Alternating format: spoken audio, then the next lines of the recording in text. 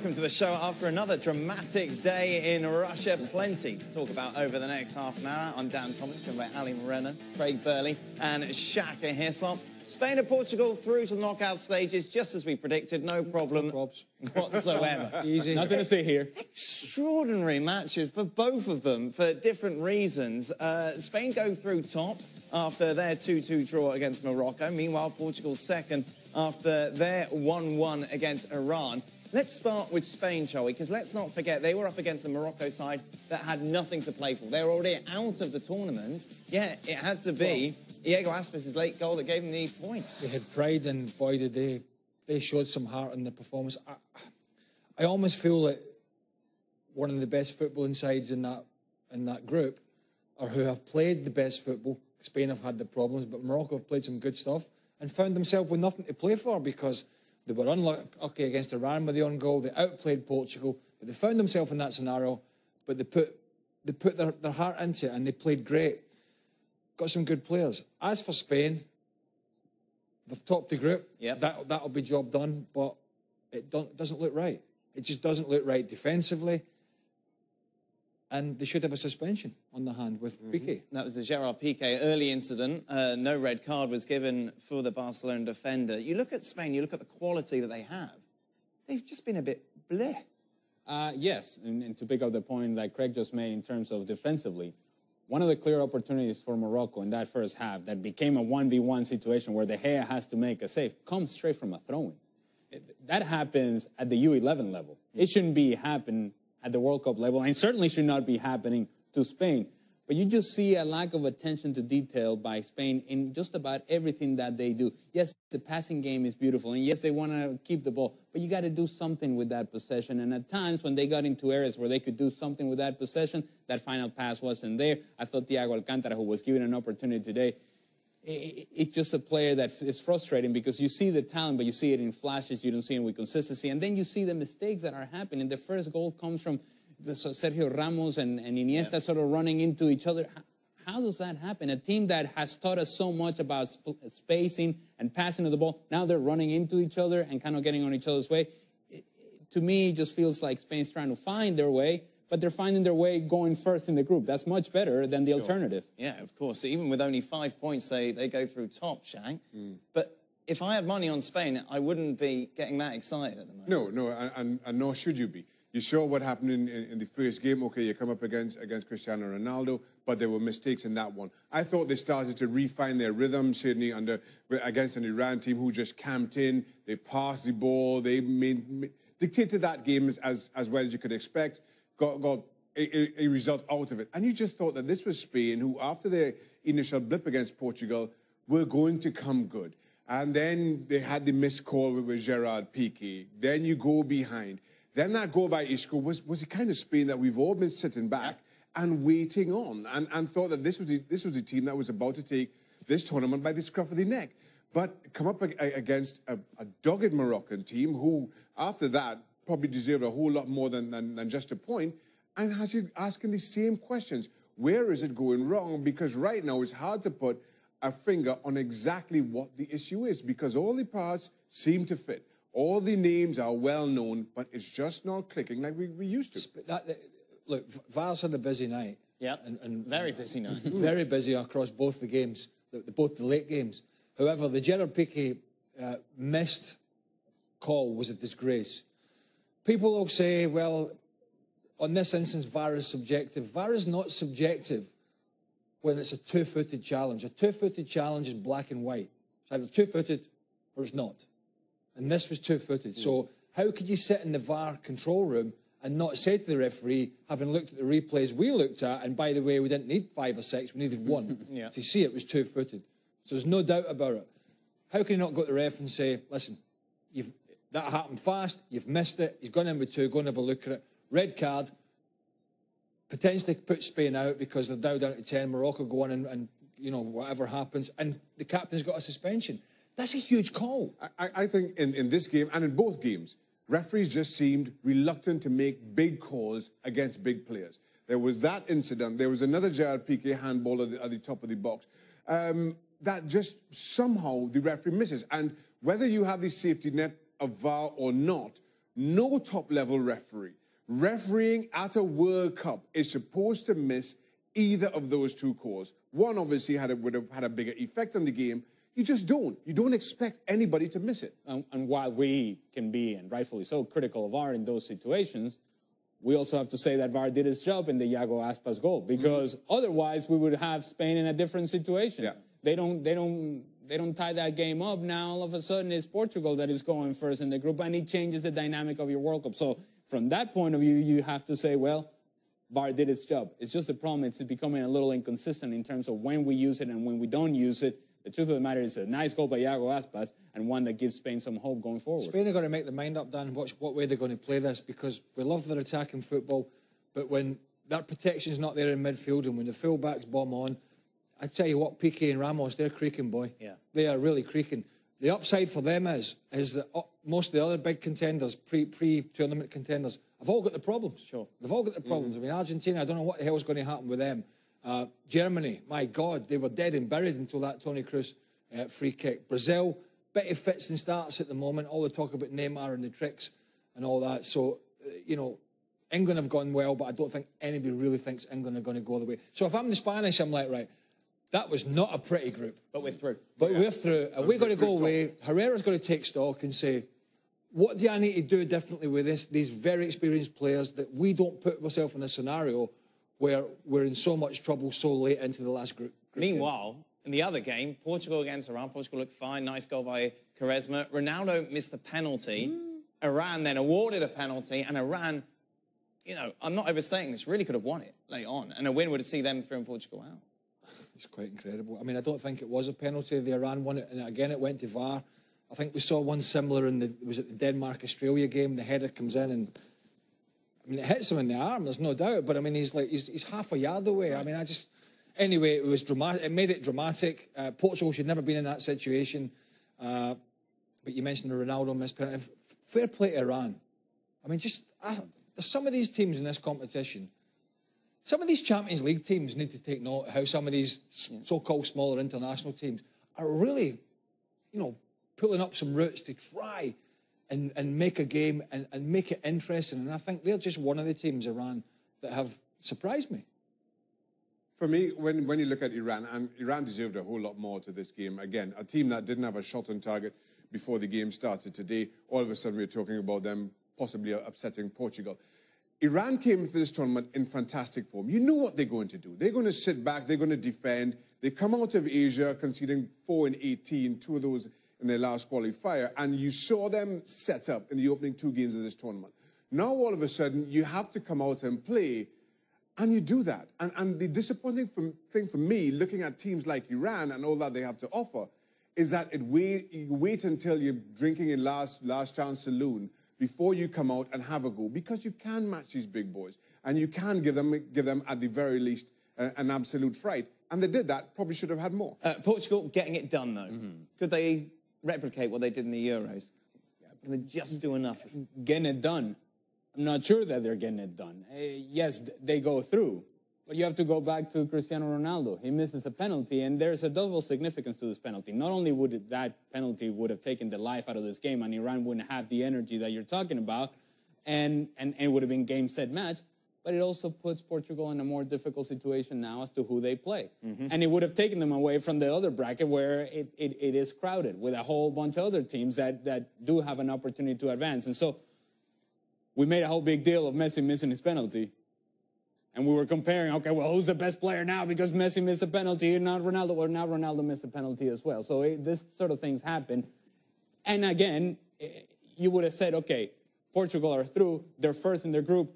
Now that's a version of getting it done. Yeah. This one now puts you against Uruguay. Right. I don't know how far they go, because now you have to have the conversation as to who would you pick in that game. And to me, early on, I would say, man, I like Uruguay better than I do Portugal. But saying that, Iran poses the exact kind of threat that Portugal does not want to play against. They want to sit deep and hit you on the counter-attack. Now going forward, Uruguay may be apart. You do expect Portugal to be able to do exactly that. But Uruguay are not exactly the most... But that's what I said, Uruguay apart. Footloose and fancy. Uruguay apart, almost anybody else in the tournament. But if they don't get past Uruguay, then what are we talking about? I'm just saying. But I tell you what, it's a real tough one to call. Well, let's just remind everyone what happened earlier today. Uruguay, of course, beating Russia by 3-0, meaning they win the group. So it will now be Uruguay against Portugal. Russia, meanwhile, taking on Spain. Hence the significance of that draw for Portugal against Iran. You talk about Uruguay, and you know exactly what you're going to get. And you kind of know what you're going to get from Portugal as well. This is going to be maybe not a game for the purists. Well, I would like to think the way the tournament has gone so far, it might surprise us, but I'd say I really... Are you surprised that Uruguay aren't favourites? Probably just. But then, you know, Portugal have played Spain as well. And they have got a guy called Ronaldo who didn't have his best night. But I would describe them as two stuffy teams. Not particularly fussed about pleasing everybody, but have a real sprinkling of stardust at the right times, and particularly Suarez and Cavani. And I think Uruguay have more options to change their squad, change their team. They changed their shape today for this game. They changed personnel for the Russia game, certainly in the middle of the park. I don't think Santos has quite got I don't think he's got as many options. I don't think he's got as many good options. And I think finding somebody to partner Ronaldo in his sort of free striking role, because Silva didn't work for Milan today, and Guedes didn't work, the youngster, in the first game, or didn't play particularly well. That being said, I'm just reluctant to rule Portugal out of anything. Right. On the big nights, they've been good. Uruguay looked good today, didn't they? Yes, they did. They did. And they made Russia look like we thought Russia would look like against a team that it's far more competitive than the other ones they had played. And so what you saw from Uruguay is we're going to frustrate you defensively. You're not going to get anything. You're going to have to work tremendously hard to try to score a goal against us. They kept 3 clean sheets so far in the group stage. And you look at that team as a whole and the pride that they take defensively, there is no space for people. There are no opportunities. You have to be at your very best attacking-wise in order to create those opportunities. And then, oh, by the way, because you defend so well, you just trust that the guys in front of you are going to do just enough. Yeah. It doesn't have to be multiple goals. In this case, it was against Russia, but it doesn't have to be. 1-0 gets you through. And it feels like it's a version of what Atletico Madrid does so well. And I only mention Atletico Madrid because Diego Godin plays center back.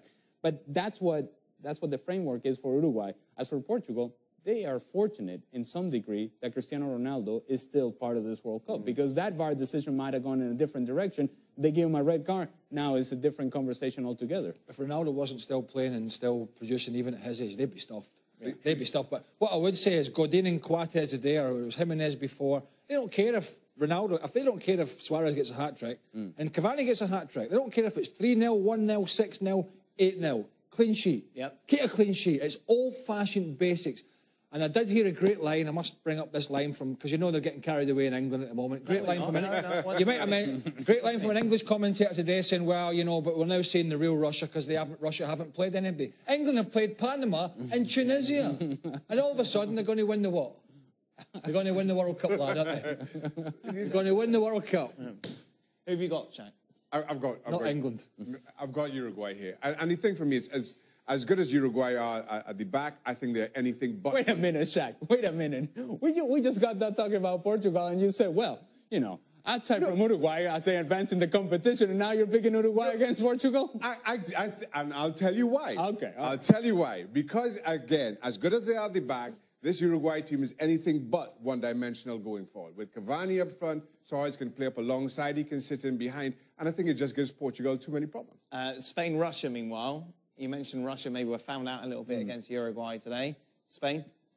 Yeah, I'm taking Spain, and I think there's going to be an important few days here where Spain got to say, you know what, we were not good. But the other way to look at it is that, well, our best football is in front of us, and we can do so much better, and we can maximize our potential. Whatever we did there, we can just forget about that. If you're able to turn the page and then you see the real Spanish talent on the field, then I think Spain is a team that we obviously going to pay attention to. Spain? Yeah? Yeah, it's good for Russia to get out of the group, but I don't see them going any further. So a fascinating day today. What about tomorrow? Eh? Oh. Nigeria against Argentina. Who would have thought the significance of this, a final match for Lionel Messi and his teammates? After the break, we'll be looking ahead to that game, plus the others. Welcome back. Group D is going to be pretty bonkers tomorrow. Quite extraordinary the way in which it's all played out, All four teams, of course, Croatia already through. The three remaining sides all have the possibility to advance. It's Argentina against Nigeria. If Argentina beat Nigeria and Iceland fail to beat Croatia, then it will be Argentina going through. But other results could see Lionel Messi and the Argentina squad going home early. So much talk in the Argentinian press about what Sampaoli is going to do. So I made you Sampaoli, Anna. Oh, thank you. Thank you. And this is the 11 you think he should go with. Yes, and so first of all, I'm going away from that back three because I don't think Argentina knew what in the world they were doing on the field. So I'm going to give with a back four with Mercado, Tamendi, Rojo, and Tagliafico. And those are the players that I have available. Mascherano will be in the midfield. He'll sit in behind. Vanega will help some defensively, but also will provide some help offensively with some creative activities in the final third. As for Salvio and Di Maria, just give me an outlet down the right-hand side and the left-hand side. Please stay wide. Give us some space to work so that Messi can operate underneath Kun Agüero. There you are. And by the way, out. Well, he deserved it. Sorry, he deserved it. I mean, let's be honest. The team that Sampaoli picked for the last game, they didn't know if they were having a bad. That's how bad they were. I mean, they made all these good players that they had, and I mentioned them, Otamendi, Aguero, Messi, they made them all look average in that side. So, in fact, the very fact that he's picking the team, if indeed he is picking the team again, is amazing. I am. Well, no, but when he eventually picks the team for this game, I thought the Argentinian FA would have bombed them out before the last game. That's how bad it's been. But they haven't, and let's see where it takes them. Shaka, you got Nigeria winning this game. Yeah, 1-0. I'm giving you a score and everything. Yeah, my issue with Argentina is they already have their scapegoat in Sampaoli. And I think for Argentina to advance in this group, to get the better Nigeria, they needed to get rid of him. They needed to get rid of their excuse. Because as long as he's there, they have that. And I just don't see how the mood improves in that dressing room from the last game to this one enough that they can somehow put together a result. I just don't see it. Let's just say that the mood improves enough, as you were talking about. Let's just say that somehow they're able to forget what just happened, which is impossible to forget. But let's just say they've turned the page, right? Okay. Tactically speaking, all I want from that group that I put out there is Di Maria, run up and down the left flank. Yeah. Salvio, run up and down the right-hand side. Give us some width so that there is space for Messi to work underneath so that then he can get on the ball in the attacking half. Not receiving the ball from center backs, not receiving the ball from Mascherano, but receiving it in the attacking half where he can make decisions and Agüero can run off a defender. If you do that just a few times on the field, it does give the opportunity to the best player in the world to do something magical. It's going to take some magic because this team is all over the place. I'm trusting Argentina simply because I trust Messi, and that's about it. But you're trusting your team that you picked. Well, hey. What the hell he's going to do, nobody knows. But of course, it could be a fair point. They could beat Nigeria, and still, if Iceland beat Croatia, who are already through, then it doesn't matter what Argentina. Is that a possibility? Can Iceland? Yes, because they beat them in the qualifying campaign. They topped the group ahead of Croatia. It was one apiece in the games. Iceland won in Iceland, Croatia won in Croatia. And then the Croatian coach said he was going to make changes. Mm-hmm. I mean, I'm sure the changes he's going to make are still going to be decent enough players. But the emphasis for them has kind of changed somewhat, especially after that dramatic win over Argentina. So it is possible, but I could see a draw in that game.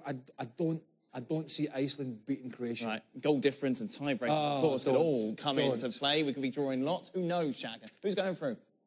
Nigeria? Nigeria and Croatia. Croatia, Argentina. Croatia, Argentina. Wow, okay. Meanwhile, not quite the same level of drama in Group C. We know that France are through, Peru are out. It's all about, of course, Denmark or Australia. It's France against Denmark. If Denmark lose and Australia beat Peru, and there's enough goal swing, then it will be Australia going through and not Denmark. Let's welcome Julien Laurent into the show, shall we? Jules, you take a look at this, and France, despite the fact they're through, despite the fact they're top, they haven't exactly been setting the world alight. So what can we expect from this side against Denmark tomorrow? Yeah, you're right. I mean, they've improved between the first and the second game. But what we can expect tomorrow is a lot of changes. That's the paradox of it, is that Deschamps is going to change 6 players out of the starting 11 that won against Peru last week. No Lloris, for example, no Pogba, no Mbappe, no Matuidi either, with fresh legs, Sidibe, Lemar, Dembele coming back in the team as well, and Zonzi making his World Cup debut for France, Kimpembe as well at the back. So, you know, half of a brand new team for France. Will that stop the momentum? That's the question. Deschamps says he wants to finish top of the group. A draw is enough for them to do that. There's this stat as well that every time France beat Denmark in a group stage of a big competition, they end up winning it, 84, 98, 2000. Maybe Deschamps will see an omen there. You know, I had to say this one.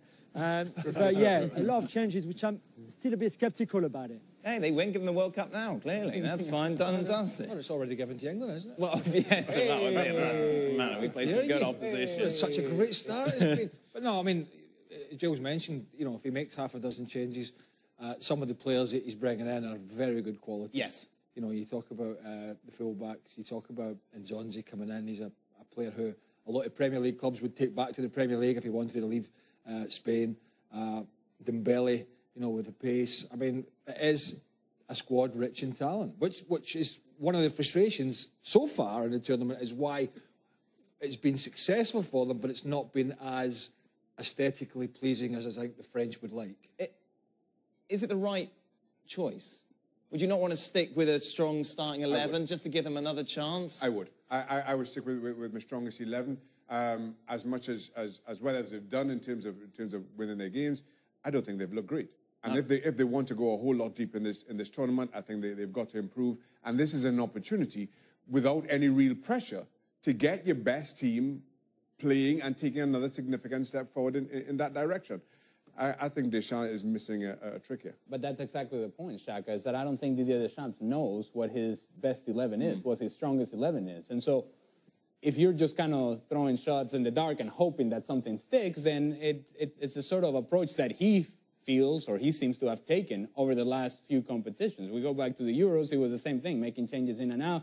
Eventually they got to the final, fail in the final, they get to hear the group stage. You would have thought that he would have learned from it, that the players would have learned from it, and we still see inconsistency. So I just don't even know what to expect from Didier Deschamps, because I don't think he knows what to expect from himself and from his players. And that is a tricky place to be. Meanwhile, of course, in the other game is Australia against Peru. Peru, as I mentioned, are out. Australia still a little bit of a lifeline.